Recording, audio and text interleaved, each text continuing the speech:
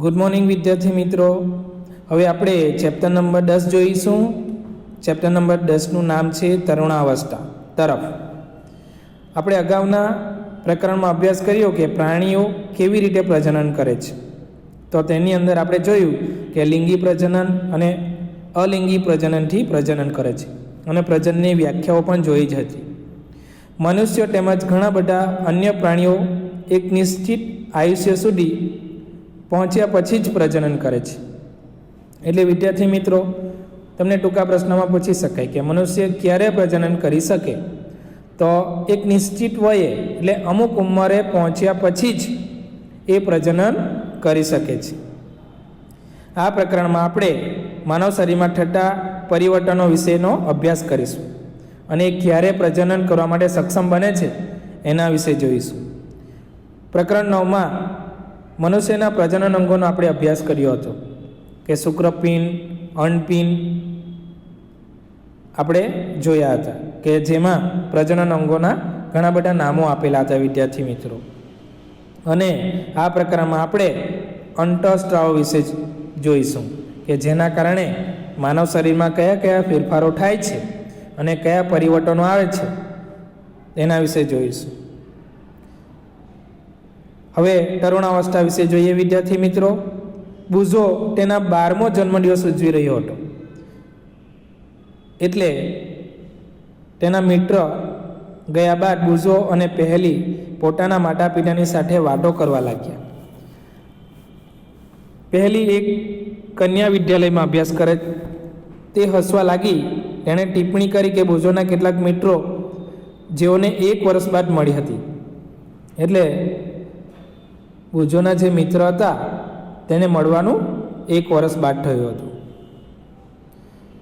તેઓની ઊંચાઈ એકાએક વધી ગઈ હતી. તેમાંથી કેટલાકને તો મૂછો ઉગવાથી કાર્ટૂન જેવા દેખાતા હતા. એટલા માટે જ પહેલી હસતી હતી કે બુઝોના જે ફ્રેન્ડ છે એ કેવા દેખાતા હતા? તો ઘણાની ઊંચાઈ વધી ગઈ હતી, ઘણાનો શારીરિક દેખાવ પણ બદલાઈ ગયો હતો અને કાર્ટૂન જેવા દેખાતા હતા. તો એની માટે એને સમજાયું કે છોકરાઓ મોટા થઈ ગયા છે.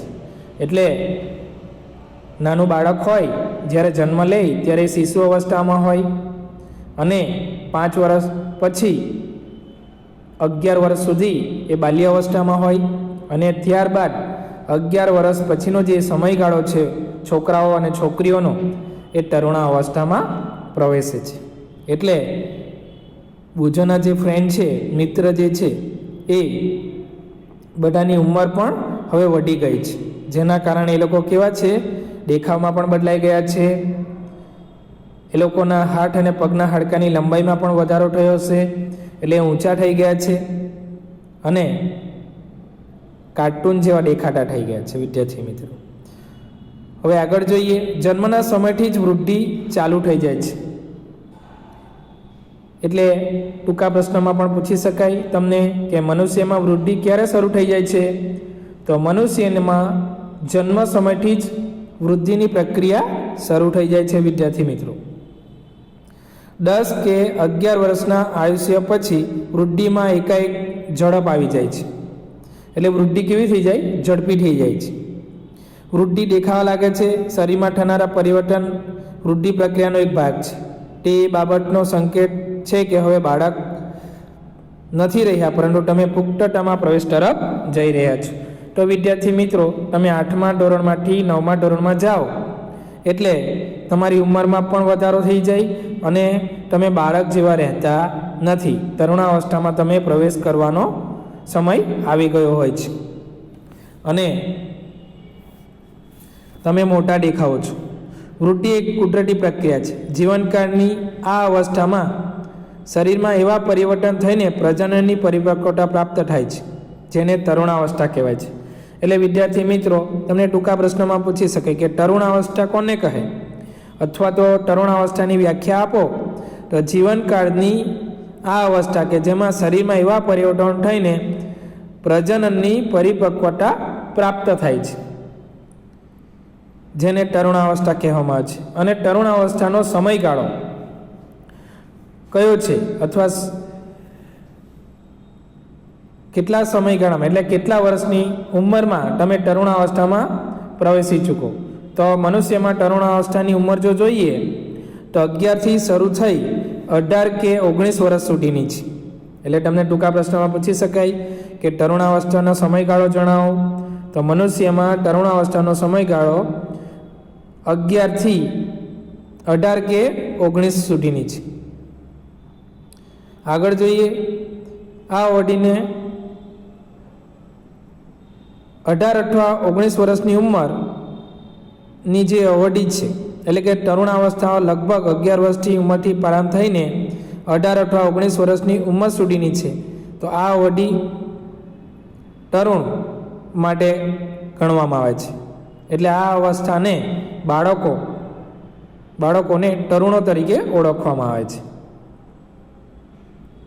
છોકરીઓમાં આ અવસ્થા છોકરાઓની સાપેક્ષમાં 1-2 વર્ષ પહેલાં જ પ્રારંભ થઈ જાય છે અને તરુણાવસ્થાની અવધિ છોકરીઓમાં જુદી જુદી હોય છે વિદ્યાર્થી મિત્રો.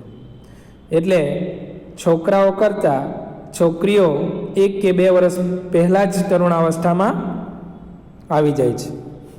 તરુણાવસ્થા દરમિયાન મનુષ્યના શરીરમાં અનેક બદલાવ આવે છે એટલે કે ફેરફાર આવે છે. આ બદલાવ યુવાન આરંભનો સંકેત છે. એટલે શરીરમાં જો પરિવર્તન આવે તો એમ કહી શકાય કે યુવાન આરંભનો સંકેત છે, શરીરમાં ફેરફાર થવા લાગે છે. તમને ટૂંકા પ્રશ્નમાં પૂછી શકાય યુવાન આરંભ કોને કહે? તો તરુણાવસ્થા દરમિયાન મનુષ્યના અથવા માનવના શરીરમાં, વ્યક્તિના શરીરમાં આવતા બદલાવોને યુવાન આરંભ તરીકે ઓળખી શકાય છે. છોકરા તેમજ છોકરીઓમાં પ્રજનન ક્ષમતાનો વિકાસ થાય છે. તરુણોમાં પ્રજનન પરિપક્વતાની સાથે જ યુવાન આરંભ સમાપ્ત થઈ જાય છે.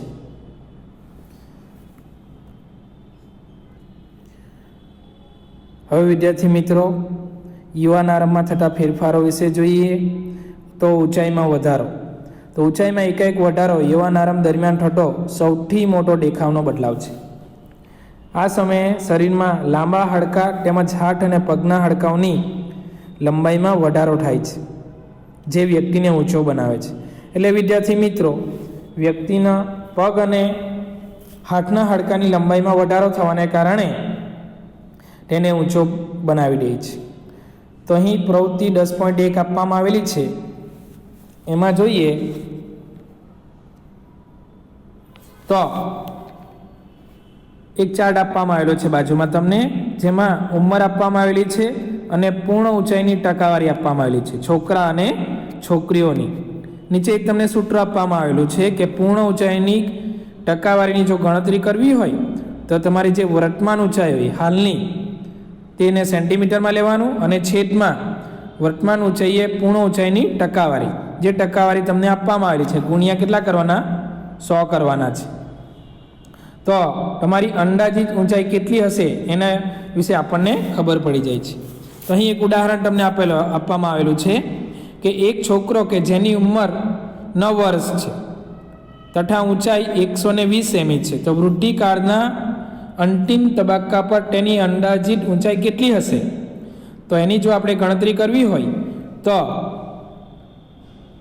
છોકરાની હાલની ઊંચાઈ જો જોઈએ તો 120 સેમી છે અને 9 વર્ષની ઉંમરે ઊંચાઈની ટકાવારી, તો તમારું જે કોષ્ટક આપેલું છે એમાં જો 9 વર્ષમાં જો જોઈએ તો એ તમને 75% આપેલું છે. કેટલું આપેલું છે? 75%.